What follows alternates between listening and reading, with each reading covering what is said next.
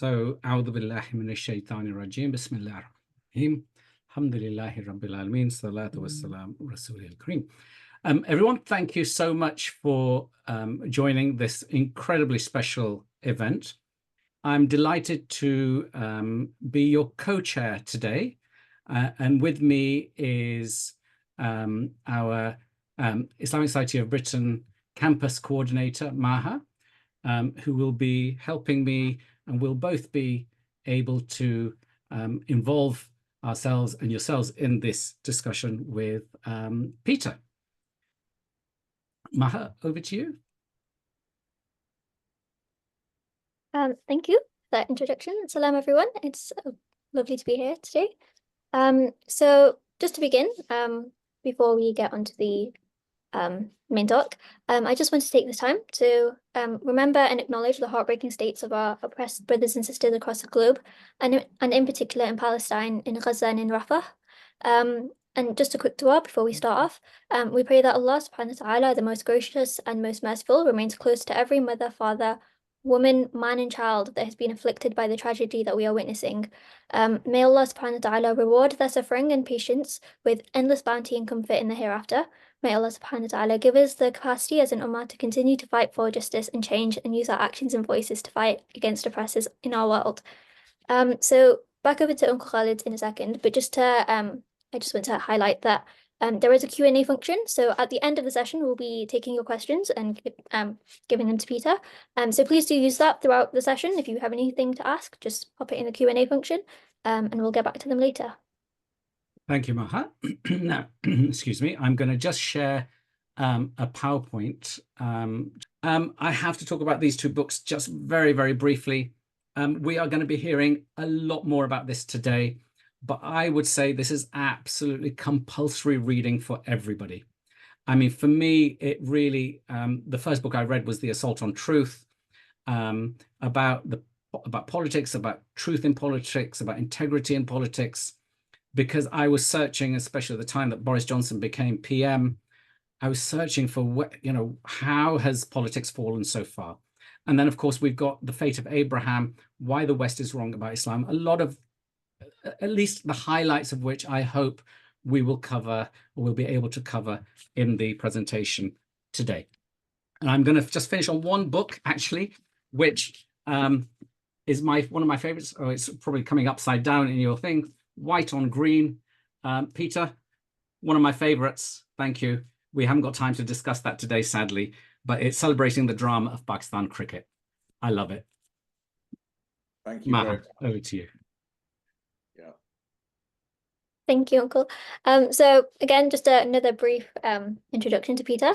He's a British journalist and broadcaster. He's formerly a political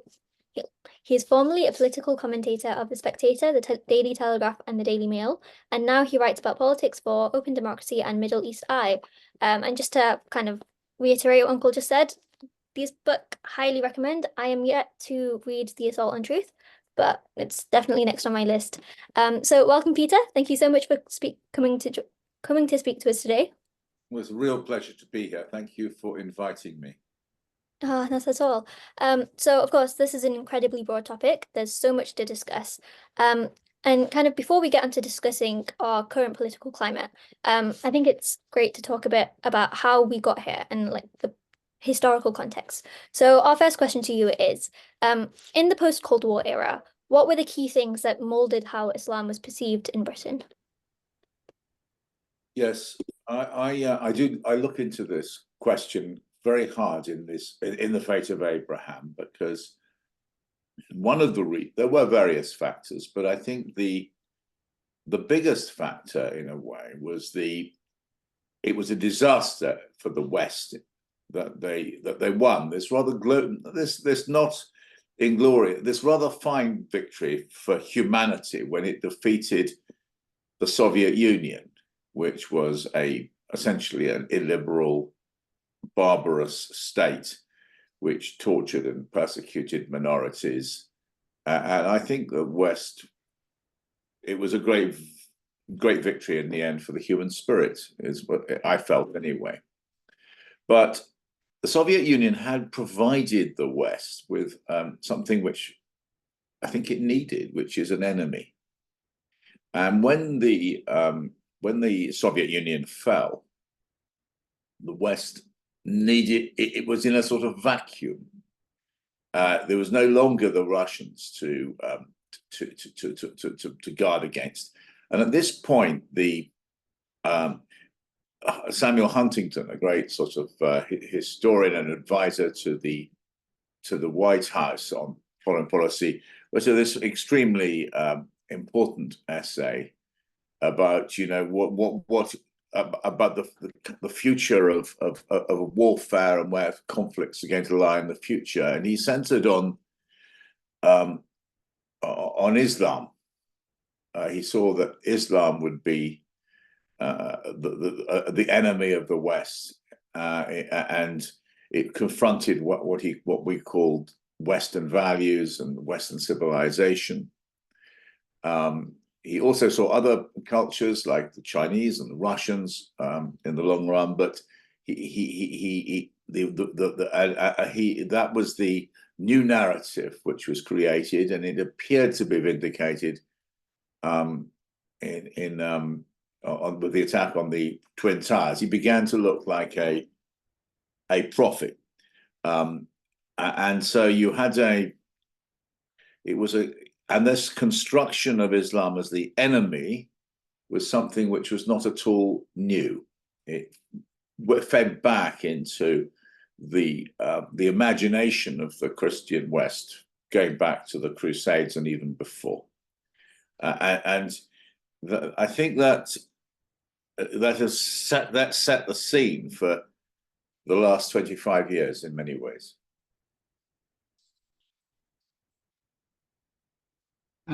So if we look at so that's the kind of pre-Cold War, the post-Cold War kind of history going back to the Crusades, as you mentioned, and so how would you you bring in Samuel Huntington and the impact of 9/11, so kind of post 9/11.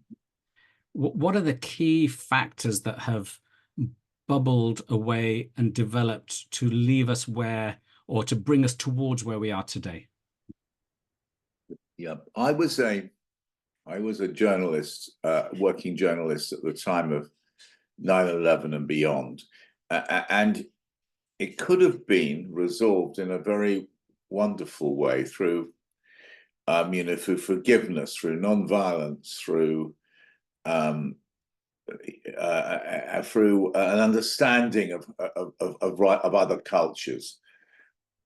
I mean, of course, it was an unforgivable atrocity and 9/11, but if the United States had been able to respond generously, I mean, it's quite and with some self-sacrifice, it's important to remember, the Taliban sent messages of support to the United States. That on the streets of Tehran, there were candlelit vigils. In the aftermath of that terrible event, there was an enormous wave of sympathy. And George W. Bush, the president of the United States, responded with this disastrous speech about the axis of evil, naming Muslim countries as sort of existential enemies, and embarked us on this period, which is still actually going on, which is this series of wars in and against Muslim countries. And it has been a most terrible period in that way. And what we have now, because this does feed through into this general election we're now living through. If you looked at Rishi Sunak outside Downing Street the day it was called, he says we're fighting these risks. I am Mr. Security, radical Islam abroad and at home. And he didn't spell it out, but what it felt to me to mean was he was talking about Palestinians again in the Middle East, and those who support Palestinians domestically in this country. And anybody actually who wants a ceasefire. I've been on the marches and wants peace. is an enormous discourse portraying people wanting peace in the Middle East as somehow terrorist sympathizers, anti-Semites, and all that sort of very ugly and stupid rubbish. And likewise, the vilification of the Palestinian people. It's not a new theme, but that is something which we've had to put up for a long time. Yes. So, Peter, just going back to when the term axis of evil was coined, what were the main influences on the politicians at that time that made them consider Islam to be, or Muslims to be, part of that axis of evil? What were the different factors which played in at that time?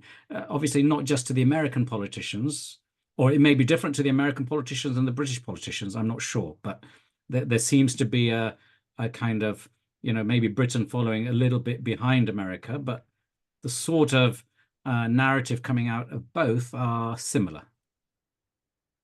Well, I think it is now beyond dispute that George W. Bush was, as a person, he was rather a simple, nice, easygoing man, I think. He was just a sort of classic Texan with a big hat, but he was surrounded by very clever and, in my view, very sinister advisors who called themselves neoconservatives.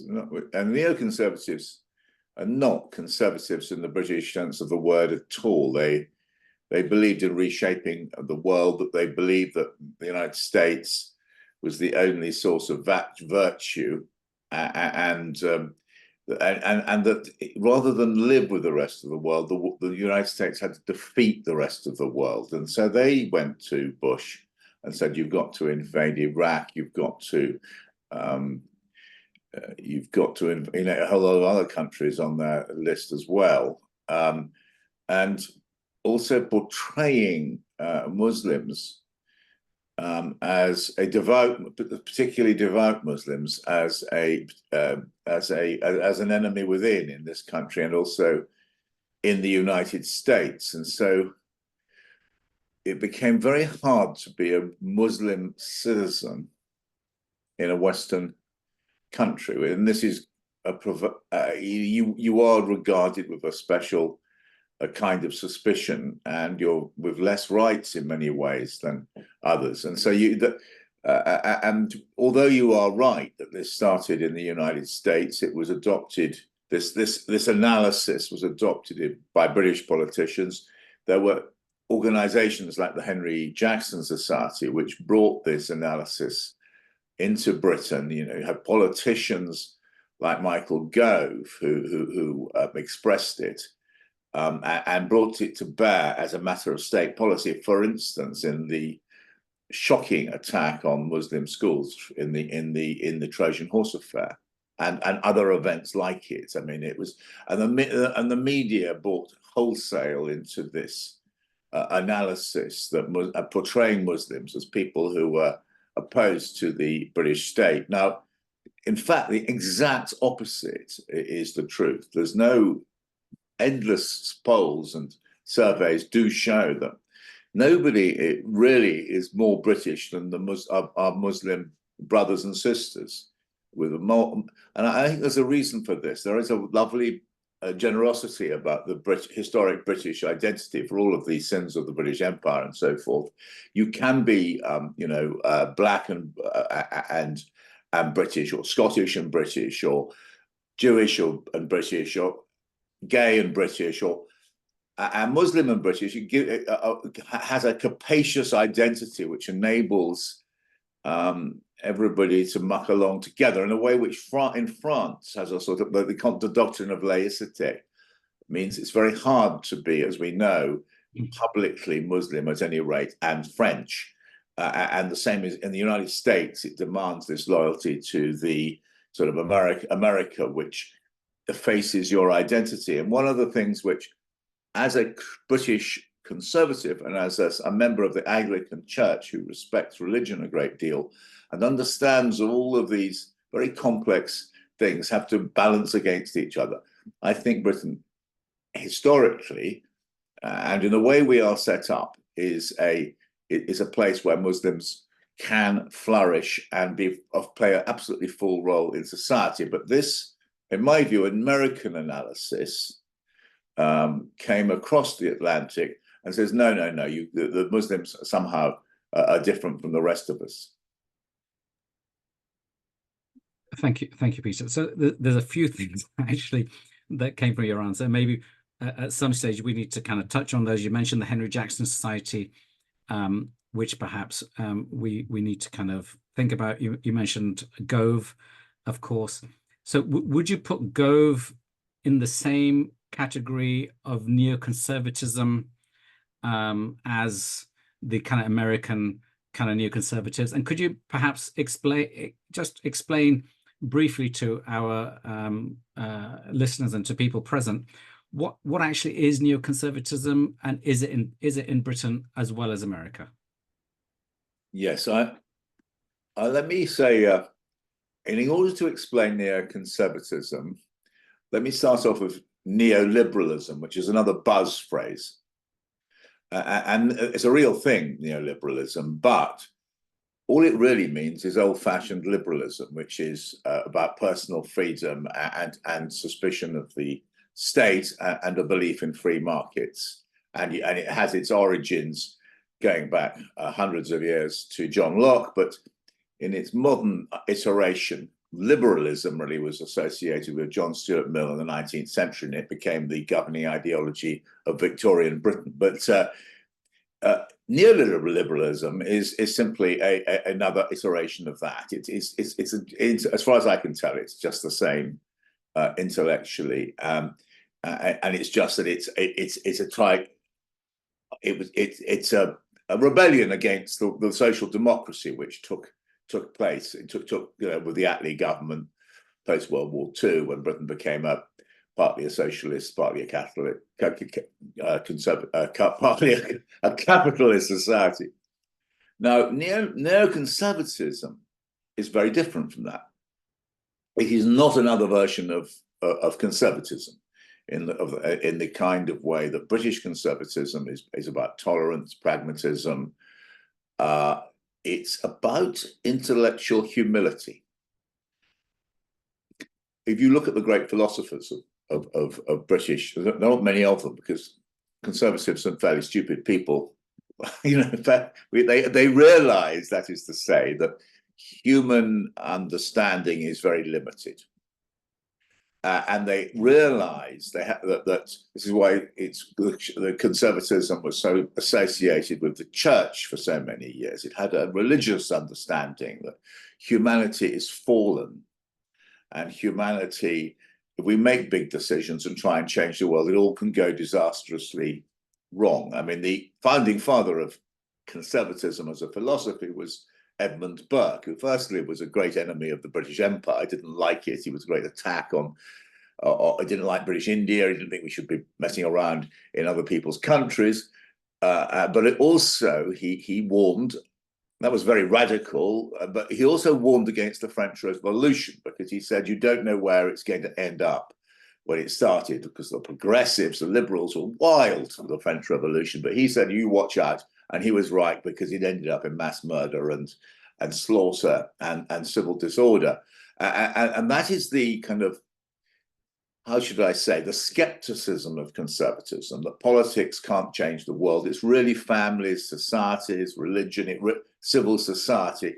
And really, we have to be modest in our ambitions and just try and be good to our neighbors and tell the truth and have decent morality and all that sort of thing, without getting involved in changing the world. Now, neoconservatism, by contrast, is a revolutionary philosophy. It's based in America, and it says America is fighting these existential wars against, whether it's at the moment China or Islam, or and in order to save this precious place, America, with its unique understanding of human liberty, we are justified in breaking every rule in the book. We're justified in committing torture, in slaughter, in breaking the rules, because we know best.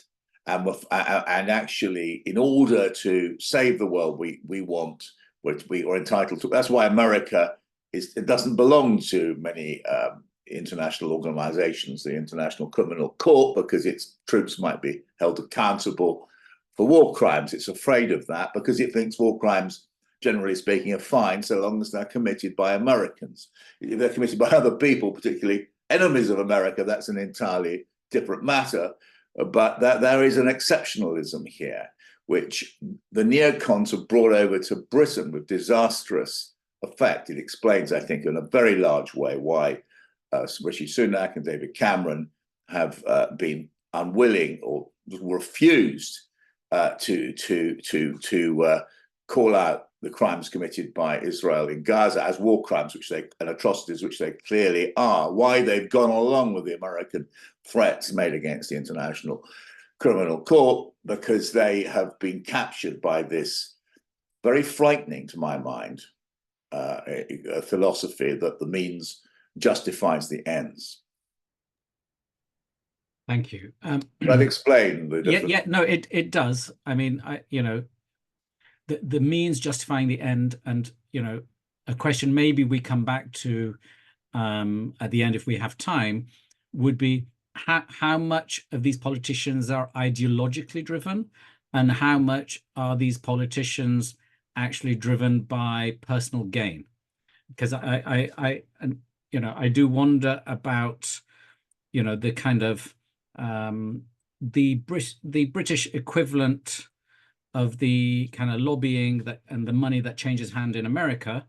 And I don't see it quite as transparently open in Britain, but perhaps that actually leads us a reasonable segue to have a little discussion about think tanks and about kind of how think tanks are kind of integrated, within the media and political establishment, and how they have played a role in talking about Islam. Yeah, that's a very important subject, and which is very rarely understood correctly. And it took me a long time to understand what think tanks were. I've been around, as you can see, I've been practicing journalism for 40 years. And to begin with, I thought that I took think tanks at their word. They called themselves, I thought they were places where people think for the public good. And I think some of that did go on. But they changed in nature. I think because some of the open lobbying got found out. And so it became more sophisticated and cleverer and more obscure to fund a think tank which would promote your ideas and your products and so on, and to affect the regulatory environment for your businesses. And so think tanks essentially became very sophisticated lobbying outfits. And some of them have been immensely significant. One example, if you go back to Liz Truss's disastrous financial calamity, that was because she put into practice, what the certain think tanks wanted, and they were funded by hedge fund managers and property developers and very super rich people who basically paid the think tanks to promote their disastrous ideas, although they themselves became very rich. The rest of us suffered. Now, another example is the policy exchange, which has been by far and away the most significant think tank, along with the Henry Jackson Society, I would say, in Britain in the last 20 years. It's really become very close to government. Rishi Sunak worked there for a while. So many cabinet ministers have. It's got superb links to the press. Nobody really knows who funds it, but it's become a part of the Whitehall and Westminster establishment, able to shape government policy. Many of the ideas which come into law come from PDS.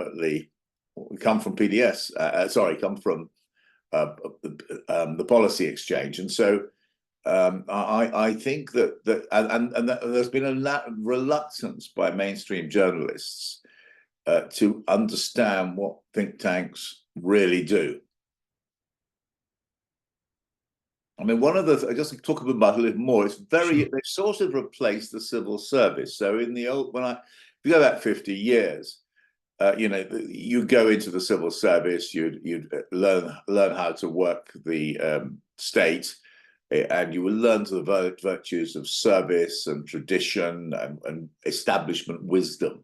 No, you don't. You tend not to do that. You tend often to go to a think tank, which will then place you in Whitehall as a special advisor.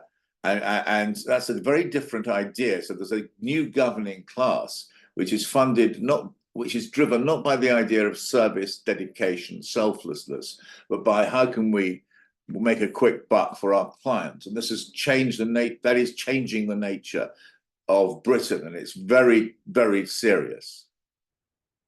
So Peter, we've got think tanks, and you've outlined how much more important they have become over time. You also mentioned kind of in passing about the journalists and them coming to perhaps think tanks. So kind of if we move just temporarily from politics into media and look at the, for want of a better word, the media establishment as a kind of broad term for now, because it's almost, from my perspective, mirrored the political establishment in its loss of, I don't know, ability to think, you know, it's almost like we all, you know, all live in this post-truth world, and the media are playing their part. And of course, I'm saying it very broadly here because the media is not homogenous. There are lots of different aspects of media. But if we take the mainstream media, and of course, you know, if you like, the Daily Mails of this world, the Telegraphs of this world, even the Times of this world, in particular, though, you know, the others aren't by any means kind of let off the hook. Why are they, or maybe I'm wrong, but they seem to be kowtowing to the political establishment rather than holding them to account properly? Yeah, I think that's very acute analysis. I'd go further than you. There are three big media organizations in the printed sector in Britain. That would be the Murdoch Group or News Corps, the Time, which is the Times, the Sunday Times, the Sun, and a few other publications. And of course, Murdoch owns Fox News in the States, and is playing around in British TV now too. Then you have the Telegraph Group, which I worked for quite on and off for quite a number of years, and the Daily Associated, which owns the Daily Mail. Now, between them, they have about 75% of the market in ordinary readership, and actually they all have the same analysis on foreign policy. You know, they'll always advise. You know, they were all for gung-ho for Iraq, for Libya. They're very supportive of Netanyahu. They tend to demonize Palestinians at the moment in Israel, but they've never reported what's going on in Israel-Palestine fairly in an unbiased way. There are one or two individual journalists I know who do their best, but they find it very hard to do that. I won't name them because I talk to them privately. The BBC is very cowed by the political establishment. In my view, and The Guardian is not what it was. It sort of sold out after Alan Rusbridger, who was a great editor, I think, left. He was happy to, he for instance, under Rusbridger, and a brilliant reporter called Nick Davies, they exposed the phone hacking affair, which led to the closure of the News of the World and nearly brought Murdoch to its knees. And it exposed a culture of criminality blagging, bugging, I mean, listening to phones, I mean, horrible in the mainstream media. Now, the Guardian then had the courage to stand aside, but it's lost a great deal of that, which is a great sadness, actually, great loss to our public domain, the kowtowing of the Guardian. So what you've had is the merger, you are right about this, the merger of the political and media class. You look at Johnson, for instance, Gove, they're very good journalists who floated into politics, and these nice distinctions have been lost. We really have a transgression of boundaries between media figures and the political class. They should be much more distant.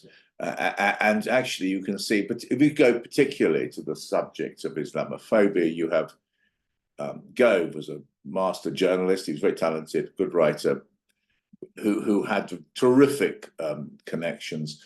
And you found that Gove's anti-Islam narrative reflected like a, fitted like a glove with the newspaper agendas as well. Tragically, the BBC, which I love, has allowed itself to be too greatly, basically, it was threatened, I think, ultimately by the Conservative government, and hasn't done its job properly. But it's still a hope. I still have hope for the BBC.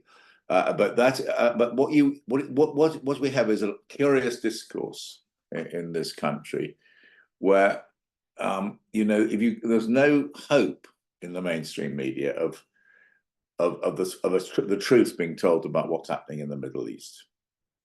If you look at I've just written a long essay about the media coverage of the Trojan Horse affair in a book published by Routledge. I mean, basically, what's fascinating about it is that it's not just the bigoted, racist, right-wing media, but also the progressive media, and especially with the Guardian and Observer, sort of came together to demonize these really superb Muslim school teachers, and not all, by the way, teachers in largely Muslim schools, attended by largely Muslim kids. In fact, lots of the teachers who got demonized weren't Muslim or were white, diligent, hardworking people who loved the schools and did a fantastic job. But all of these got demonized because these were in Muslim areas, and it's a disgusting case study in bigotry and how the Guardian, the world of the Guardian and the Observer kind of morphed into the world of the Daily Mail and the Sun in order to target and inflict terrible damage on British civil society. So, yeah. So, okay, we're kind of coming on to Islamophobia now, and I mean, again, there seems to be, Gove's name keeps cropping up, unsurprisingly.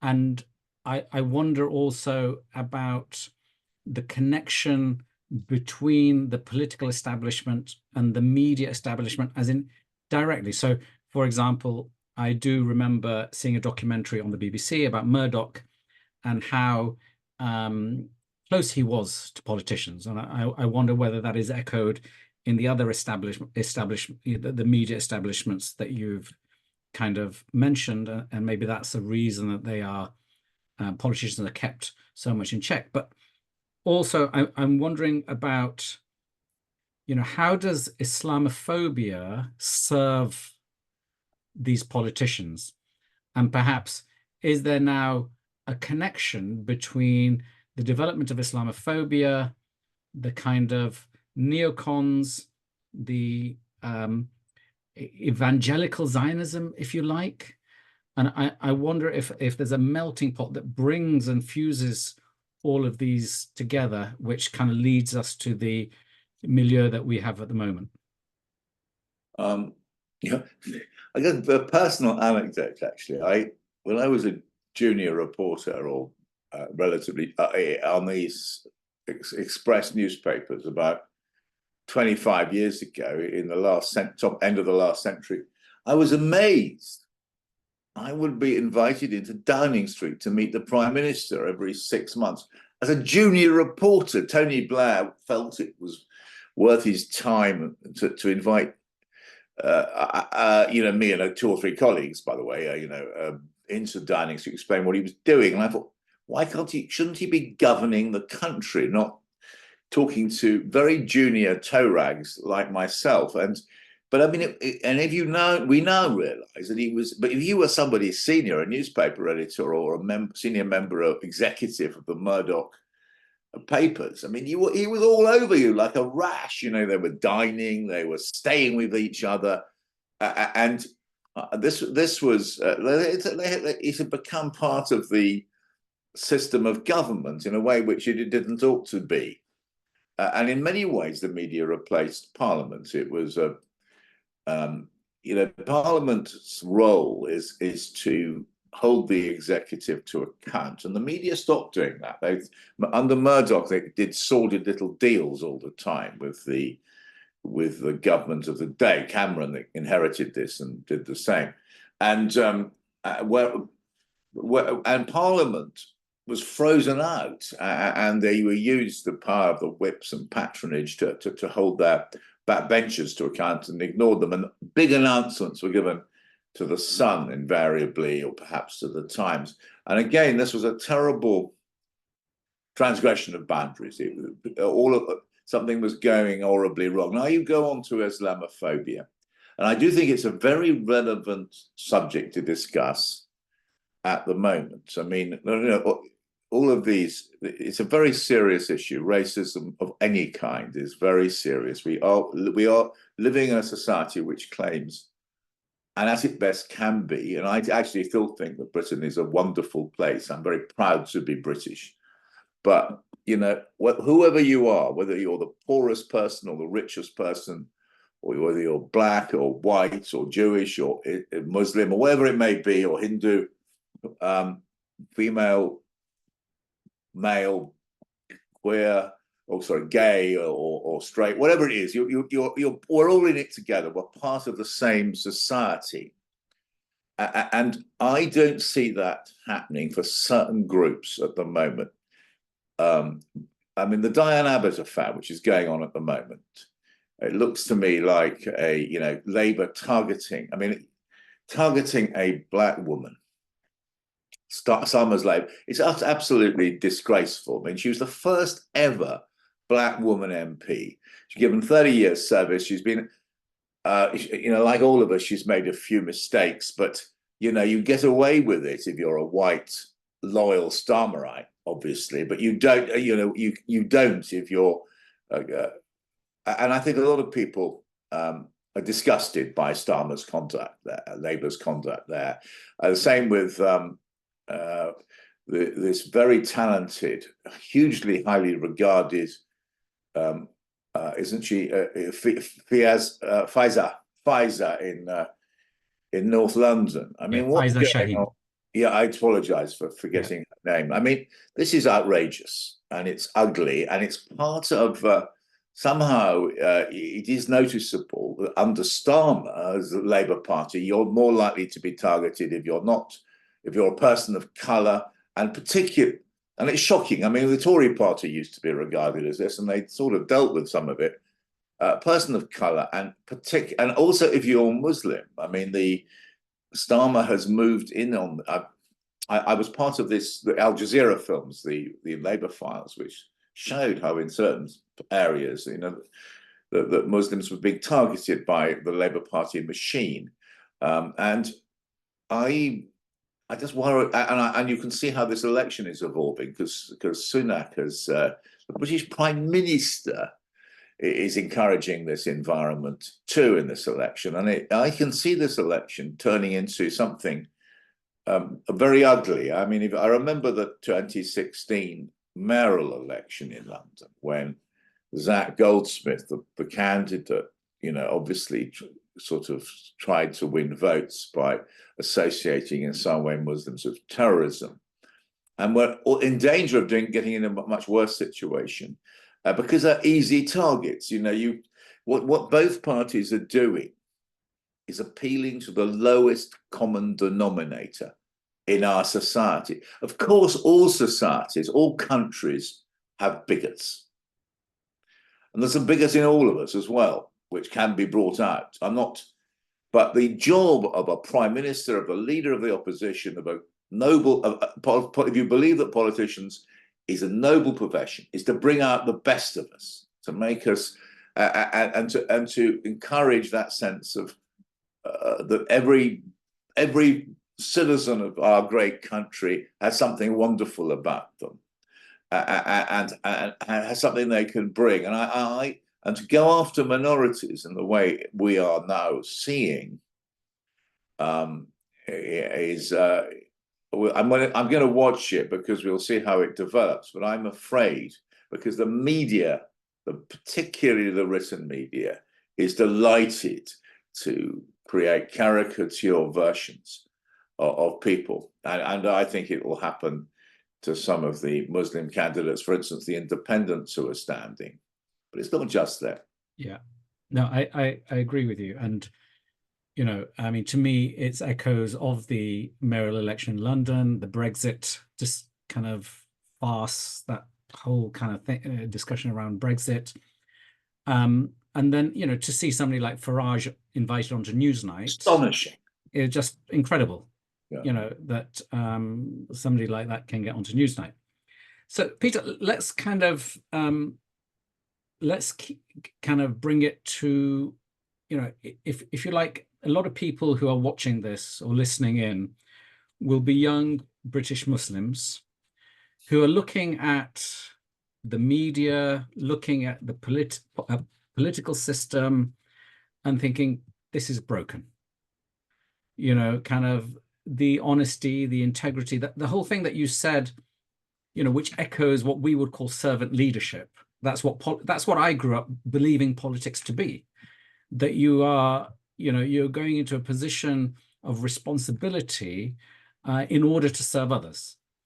And it was always, to me, it was always kind of, I always looked up at politicians and thought, you know, they're sacrificing to do something. But actually what we see is the reality today is that it's a very egocentric and very selfish place for the majority of people. So considering that that is the system, if you agree with me that that's the sort of system that we've got now, how do we encourage, or what do we say to our young adults, whether Muslim or, to be honest, of any faith, it really doesn't matter. You know, how do we engage in a system that is, in essence, broken? Well, I think that one of the things I love about Islam is the way Muslims really believe in God, in a way that some of us don't. I mean, some secularism has become very powerful in it. And although I'm completely, I mean, they're wonderful secular people, many of them my friends, but the great religions, I don't mean just Islam, I mean Christianity, Judaism, Buddhism, Hinduism, they have at the heart of them, a real deep sense of morality and subject and duty, and service to others is the highest thing. Service, not acting in your own interest, but acting in the interest of the community and the world as a whole, and loving your neighbor. And there has unquestionably become a selfishness in our society. I think we've been spoilt. I think we've forgotten what life's really about, which is about looking after your neighbor. And so I would say to younger people that our generation have let things go a bit, or a lot. And, you know, to a young Muslim, I'd say, study the teachings of the Prophet about humanity, integrity, service. To a young Christian, I'd say, well, by all means, read at what the great prophets of other religions say, but also look at Jesus Christ. What does he say about? These are profound things, and they're about how we should conduct ourselves in the world, because, you know, how we do ourselves is to do the right thing, not the thing which helps you kind of advance. And I think that kind of teaching has been lost in the mainstream, much of mainstream British society. A lot of what's gone wrong in the politics has been the rise of the figure of the strategist or the advisor, the fixer. In other words, they do something because it's going to win them an election, not because it's right. They sort of twist the truth in order to give an idea which makes them appear virtuous. And we have to return, all of us, to, I would say to also young people, there's nothing wrong with failure. If you do the right thing and you fail, that's actually wonderful. It's honorable. And don't value success too much, because successful people, don't be taken in too much. If you live a virtuous life looking after other people, whether it's as a teacher or a carer or just somebody who's really looking after your family, that's wonderful. If you see what I'm trying to say. I do, yes. I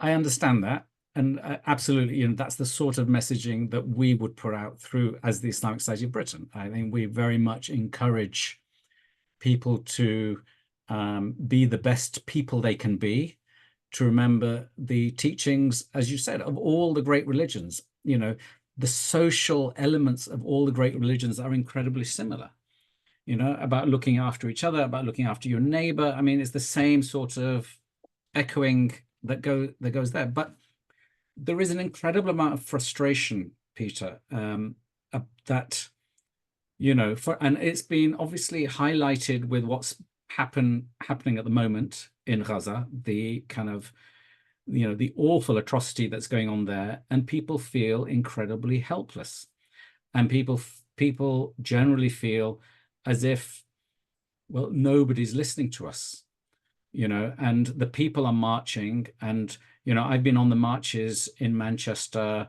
a few times, and they're there every week. People are there, and people are giving their voice to something which is, you know, for most people must be so, I mean, it's just awful. I mean, I can't even imagine that we're seeing this. And yet it's somehow, you know, we're almost kind of being made to feel that we're wrong in the way that we're kind of feeling that. But if I imagine myself, and maybe Maha can kind of add to this, but, you know, if I was a younger version of myself, there would, you know, there's a lot of anger now, but there would be, you know, I know that when I was younger, a lot of that anger got moved into unhelpful areas. And so how do we take the anger that's there, again, not just in the Muslim community, but broader? And part of that is kind of a lack of ability to engage meaningfully with the media or with politicians and make it into something more meaningful. And that, Maha, I don't know whether you wanted to add anything to that, or is that okay? Yeah, no, I think everything you said is so true. And I think as a student, like we have our student encampments, we have our protests, and it's been going on for months and months and months. And I study politics myself, and it's kind of like we see these like political systems around us, and like they're supposed to be our British systems that we can like you know, they're supposed to be there for us, but we see them and we're not. And I think there's something that comes to mind a lot is like the two-party system that is like, oh yes, like this is our British system that works, but it's just so inaccessible, and people just don't, students I think especially, just don't believe in it. They see the Conservatives and what they've done to our country and what they've done to like students, and they just see no hope there. And then they turn to the Labour Party and they see Keir Starmer. And I think especially for Muslims and people of colour, seeing everything that's going on like with the Labour Party's treatment of ethnic minorities and of Muslims, it's just, it doesn't seem like, there doesn't seem like a future there either. So I guess like Uncle Khalid said, there's so much frustration and kind of lack of hope.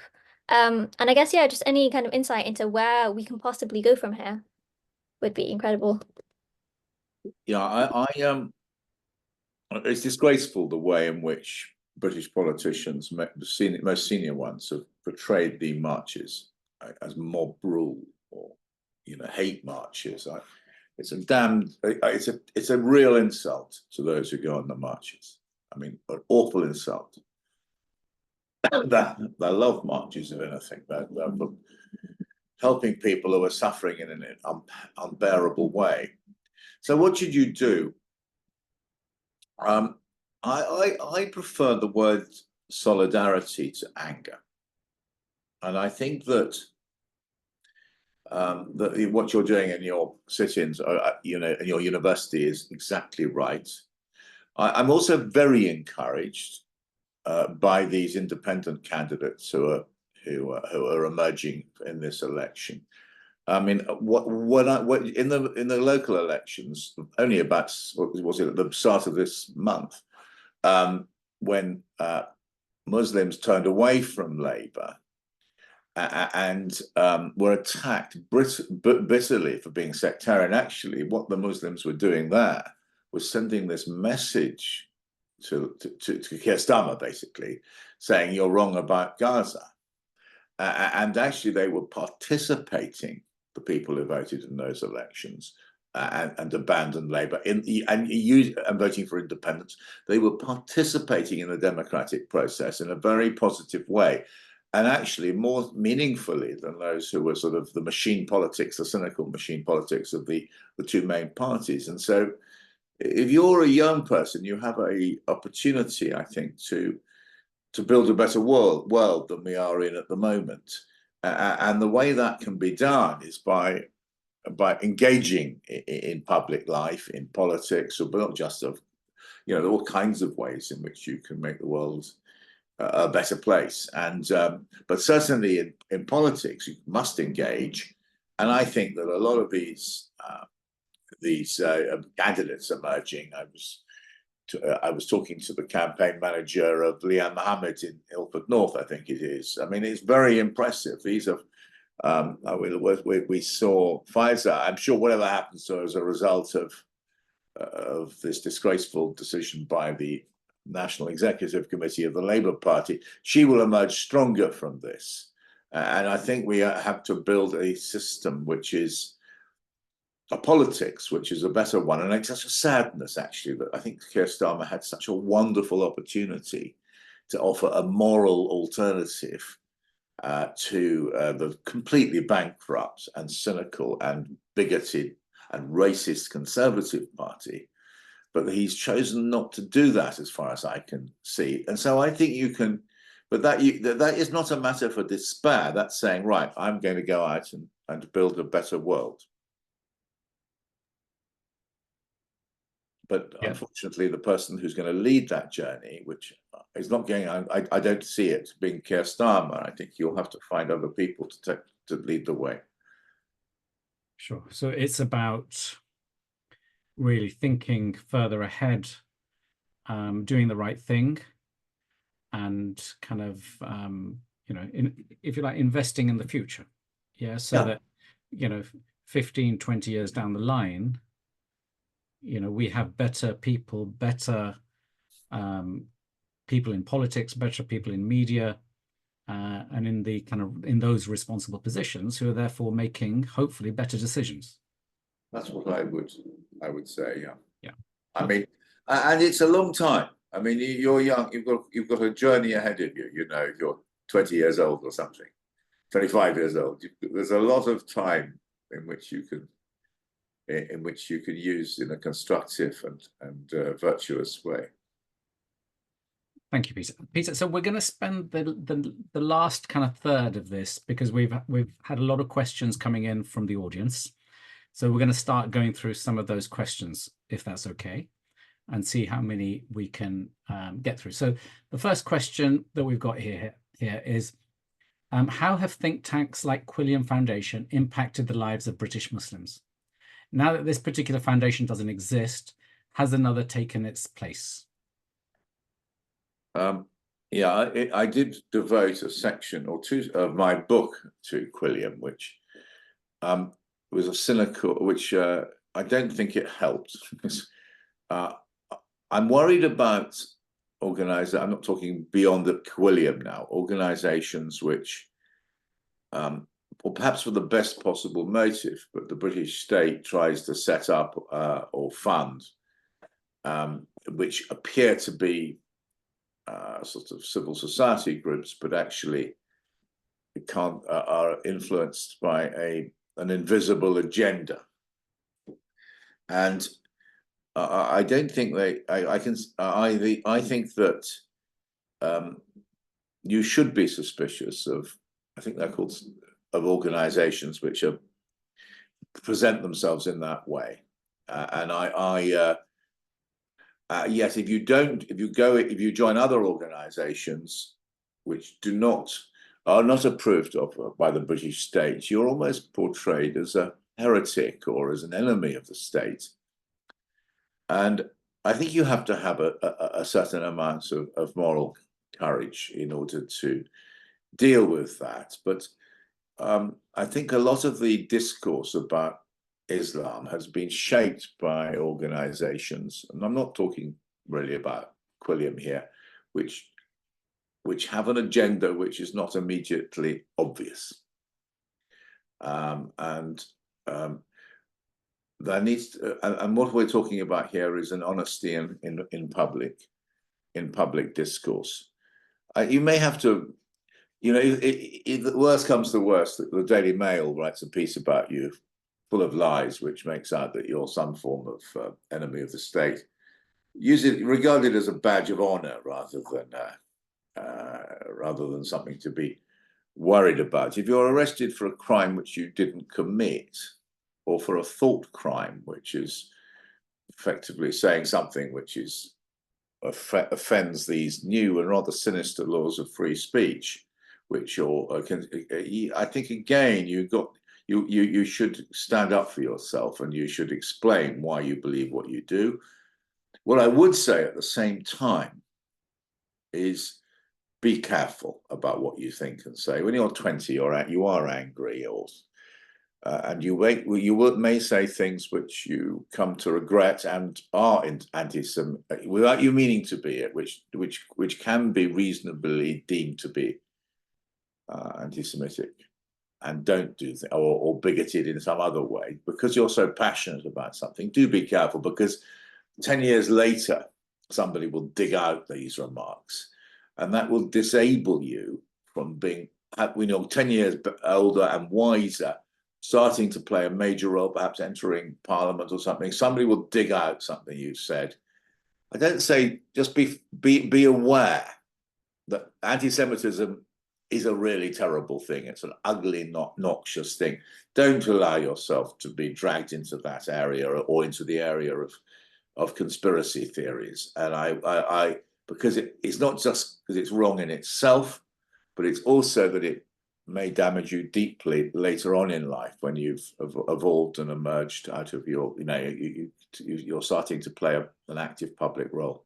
Though, Peter, as Faiza Shaheen has found out, liking a Jon Stewart sketch, yes, I couldn't, has undone her. Which, well, it has it, because I think that, that sketch is, that I think tells you about Keir Starmer's Labour Party rather than Faiza. Yes. And I would, but there are tweets which people have liked, sure, yeah, which are disgusting, yes, and which agree. Yeah, agree. That's what I was trying to say. Yeah, no, I understand that. Maha? So moving on to the next question. This person has asked whether you think that Islamophobia will get better in the future. Kind of considering that in the past there have been other major forms of prejudice like racism, but kind of those have maybe decreased over with time. And this person's asking, is there anything that you think that are there any things that you can identify that helps reduce these forms of bigotry, or is it just that people move on to another form of bigotry, another marginalized group to persecute? It's a very I'll answer it in the following way. If you look at the history of recent history of bigotry in this country, it was the Jews used to get it for ages really bad. Horrible pogroms, were expelled in 1290 by King Edward I, it was big. It was this disgusting anti-Semitism for ages. It still exists in some ways, but then you have, the anti-gay. Gays had to live in secret, live their lives in secret. Then you had Irish put up with an awful lot. But to my mind, the major bigotry at the moment is against Muslims, and it's not acknowledged nearly enough. That the arguments have to be made, and I'm sorry to be gloomy, I don't see it getting better in the short term. And this is because if you look at the central trends of our time, look at France. Macron came to office saying, no, let's deal with that Islamophobia. He's become an Islamophobe as president in order to try and head off the far right threat. Look at Germany and the AfD, and look at the Great Replacement theory, which is starting to rise through all the way through Europe, and actually shamefully being adopted, as far as I can see, by the Conservative Party, which is turning into a far right party. So, and then you look further afield. I mean, look at the lack of interest in the genocide of the Rohingya. Look at the look at the West's reaction to Gaza. I mean, I can see actually internationally, globally, I think something is changing. But the fact that David Cameron and Sunak have been unable to come to the support of the International Criminal Court is quite unbelievable. The acceptance of the slaughter of children, and so and families, and actually, I was sometimes in this discussion, in young males, men who just get slaughtered for going about their ordinary life. I mean, there's lots of them too. I think it's one of this inability of the political classes around the West to get to grips with these issues, and I do see things could turn worse, particularly if we get an economic slump. And so I do think that the case has to be made again and again. The hopefulness, I think the power of the media will decline very sharply because it's for economic reasons, it's in collapse. The battles have to be fought, the arguments have to be made politically. I believe that the British people are fundamentally decent people. And so I think that and I think that is really significant. I've been reading a lovely set of essays by George Orwell around the time of 1940, in what we call our darkest hour, when Britain was under threat from the Nazis, and what we are about. We are a tolerant and decent people. Britain is a decent place, and we have to fight against this bigotry, which is actually, I think, much of it being forced on us. But this is a difficult and damaging and threatening time. So, Peter, just to lead on to that, and one of the other questions actually segues into that quite nicely. Just a question which I've actually often thought about is that, you mentioned Macron, people like Sunak, people like Biden, people like Cameron, especially, I mean, leaving Sunak aside at the moment, because I almost put him in the same boat as the Bravermans and the Patels of this world. But if you take someone like Cameron, Macron, who are established politicians who know what's going on, who actually beneath the veneer know that what is happening in Gaza, is, and the ICC ruling and the ICJ ruling, what is it that the establishment, somebody has over them, that means that they can't speak, that they are so quiet on this and actually working in the opposite direction? Because, and even like, Starmer, I sort of understand. Obviously, I think it's disgraceful, but all he can see is becoming the next prime minister, and so that's blinding him, I think, into doing whatever he's doing. But something like Cameron and Macron and even Biden, I would just expect them to be better. Yeah, I agree with you. Macron, he changed completely. Cameron changed completely. When he came to office as Tory leader, he was very open on the issue of Islam. He used to go to mosques. Saeed Avasi sort of started to introduce him to Muslim families. And he wrote some stuff which today would almost get him arrested because it was so. He said, you know, don't be taken in by this phrase, Islamism, he said at one point. And then he understood about Gaza. You remember he said that Gaza was a prison camp.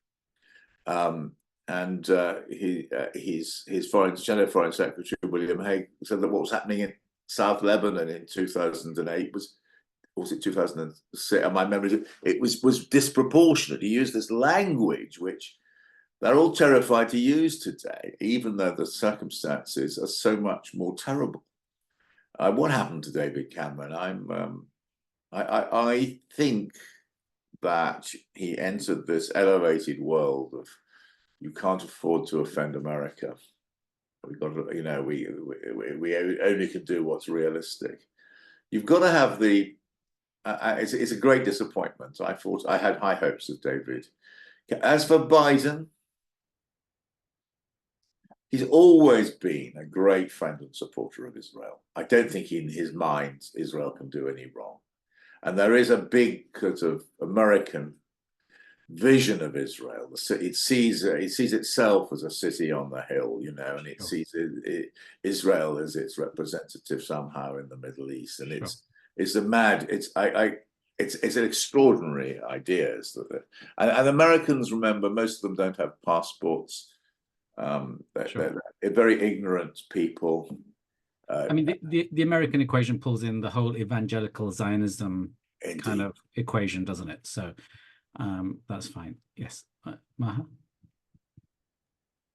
Yep. So another question. Please could you share your thoughts on the new definition of extremism being used? Yes, the new definition of extremism is the extremism was first used. I did a check on this subject.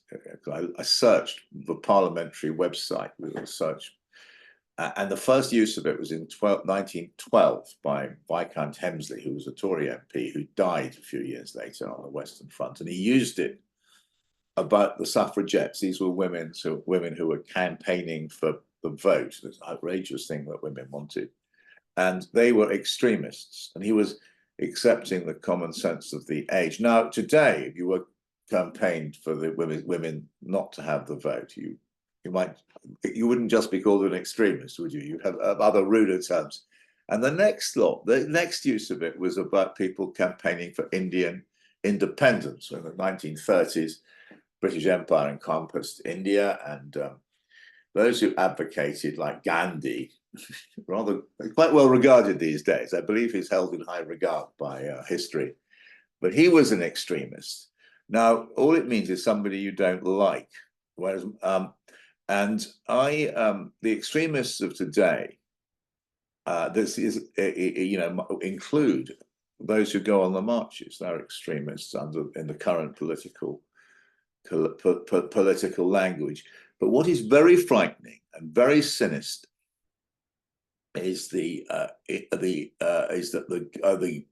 Tory government, over a period of years, has set in place an architecture of surveillance and coercion, which includes the definition, the idea of extremism. There's something called the Commissioner for Counter-Extremism. His name is Simcox. He was appointed by Sir Weller Braverman.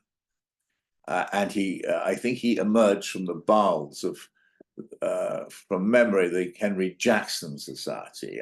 And the idea that this man is deemed to be able to be the impartial arbiter of what is extremism and what is not is simply ludicrous. And I think one of the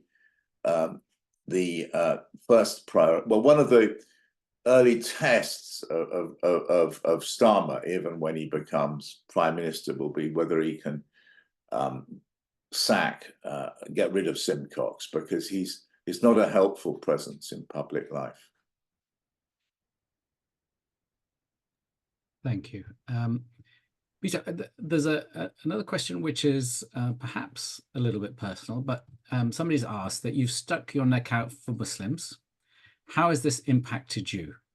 And of course, we have a number of journalists. I mean, recently, Sangeeta Maiska, I think, from LBC, who has been deplatformed, and a number of others who've been impacted because they have spoken kind of, honestly about the situation in the Middle East.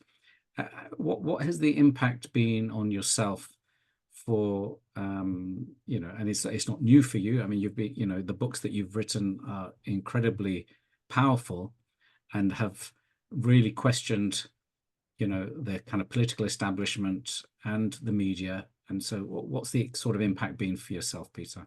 Yeah, well, to be fair to the newspapers I've worked for, I've never, they've allowed me to publish quite a lot. I am actually a pariah now.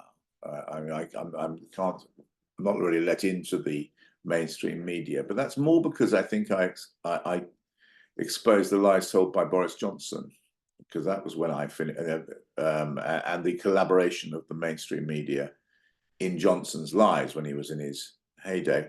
It is true that when I was at the Daily Telegraph, I started to investigate a really noxious, really sinister phenomenon, which is the stripping of bank accounts from prominent British Muslims by HSBC, which was, and I couldn't understand why my articles weren't being published. My article, actually, I wrote one big article about it in the Telegraph, and it emerged that the HSBC was a big advertiser of them, and it's quite well known. I resigned over that because I didn't feel that it was right that an advertiser should be able to determine what goes into a paper or not. And later, only last year, I think Nigel Farage had a difficulty with his bank account, and that became a huge story. Everybody covered it.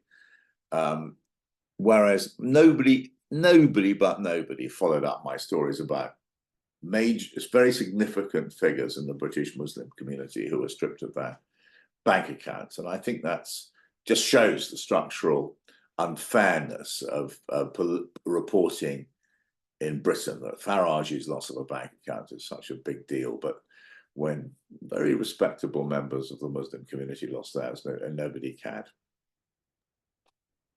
Thank you.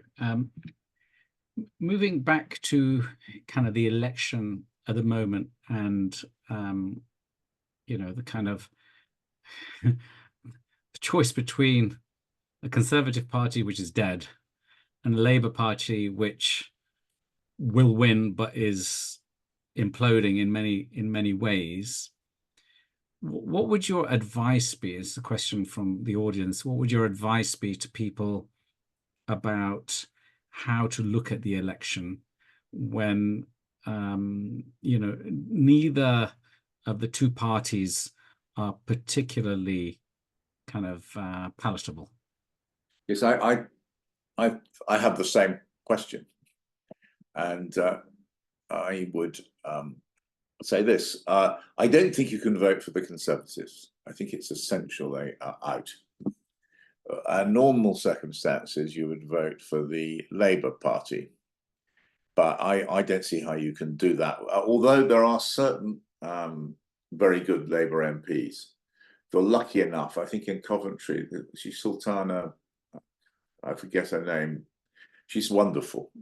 And in my constituency here, we have a chap called Slaughter. He's very good on Palestine. He has been historically. I might well vote for him on a personal basis, but equally, I might well vote for the Greens and if you're if there's a lively independent, Liane Mohammed, I talked about her earlier in Ilford North, standing against Wes Streeting, I would be if I was there, I can't imagine I wouldn't vote for Lian Mohammed. And so, and I think there's going to be some very distinguished independent candidates vote standing against Labour MPs who didn't vote for a ceasefire when they could. And I mean, Andrew Feinstein, another interesting, fascinating case in Holborn, who's standing against Keir Starmer. And Andrew Feinstein, you know, he's a former anti-apartheid campaigner, disciple of Mandela. You know, he's Jewish. He's a very intelligent man. He'd be an absolute ornament to the British Parliament. So if I was in Starmer's constituency, I would vote for Andrew Feinstein. And I think you've got to look around. But by the way, if you're not voting for one of the two main political parties, just be aware. Make sure the person you're voting for isn't somebody rather sinister. You never know, because they're much less monitored, as it were, you know. Yeah. So just talk about it, discuss it, go and talk to the person who wants your vote, examine what they've said, don't jump to conclusions. This is good advice for life as well. Sure. Thank you. I think the last question, I think we're kind of coming to an end now. So just one last question, Maha. Yep, so just to finish off, what would your advice be to young Muslims to counter institutionalize Islamophobia? To counter institutionalize Islamophobia. Well, I get advice. I tell you what I say. I'm asked about this by young Muslims going into. I just say get on with life for the time being. I'm not saying my advice is always the right advice, but for instance, young Muslim journalists who want to, young Muslims who want to go into journalism, I tend to say, look, make your mark first. Don't become an activist, particularly. I mean, you have to learn how to do your trade. Focus on that. Say you in 10 or 15 years' time, when you're a senior and respected journalist who's proven yourself as a crime reporter or a sport reporter or whatever, or you're or you're now a serious doctor, or you're a serious teacher or businessman. Focus on that. And actually, Britain gives you lots of opportunities. And then, once you've gained a lot, knocked around a bit in life, learned how to present yourself, and you've also learned how to see through fools and idiots and imposters. That's always my advice. By all means, in the interim, while you're studying at medical school or doing your bar exams, you pay attention to current affairs and and become part of organizations and movements. But I say to a young person, and some people very strongly disagree with me when I give this advice, as they're entitled to do, I just learn your trade first.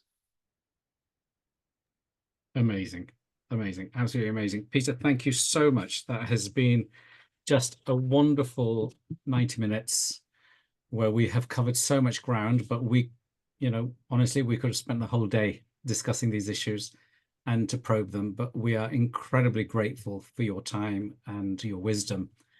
So thank you so much. Real pleasure.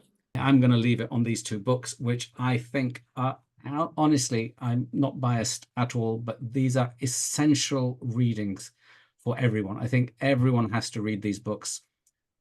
They will give you, what you've heard today is a little glimpse into what is covered in these books.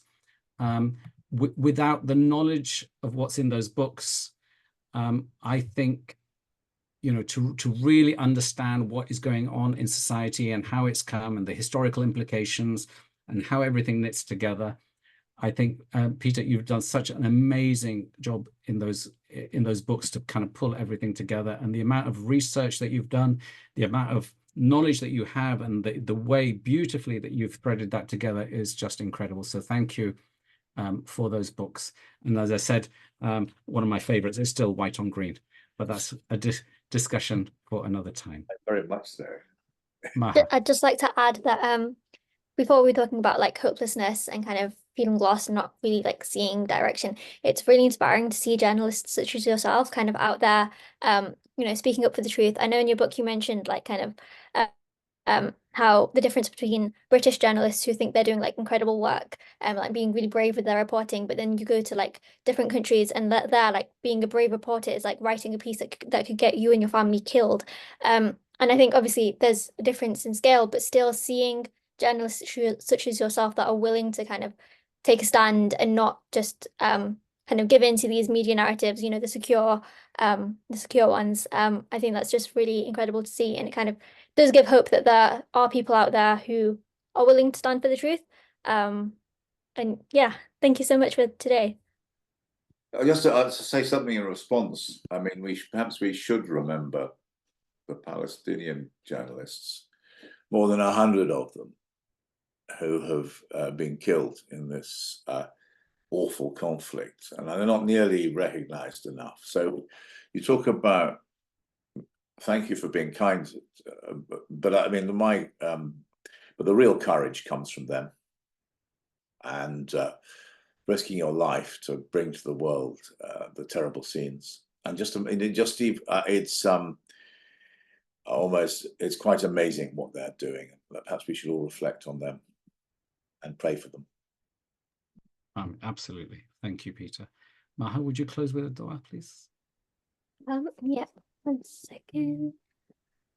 So thank you everyone for joining, and just to close up, again, just kind of taking this time to remember the heartbreaking state of all our oppressed brothers and sisters across the globe, in particular in Palestine, but also in Sudan, in Congo, in the Rohingya Muslims, the Uyghurs, and just everyone across the world who are facing oppression. We pray that we pray that they are rewarded for their suffering and their patience with endless bounty, in this life and in the hereafter. We pray for the capacity as a community and as an ummah to fight for justice and for their cause, to enact change and to use our actions and voices to fight against oppression all over the world. And that's everything. Thank you so much for the talk, Peter, and thank you everyone for joining us. And assalamu alaikum wa rahmatullahi wa barakatuh. Have a lovely evening. Good night. Salam.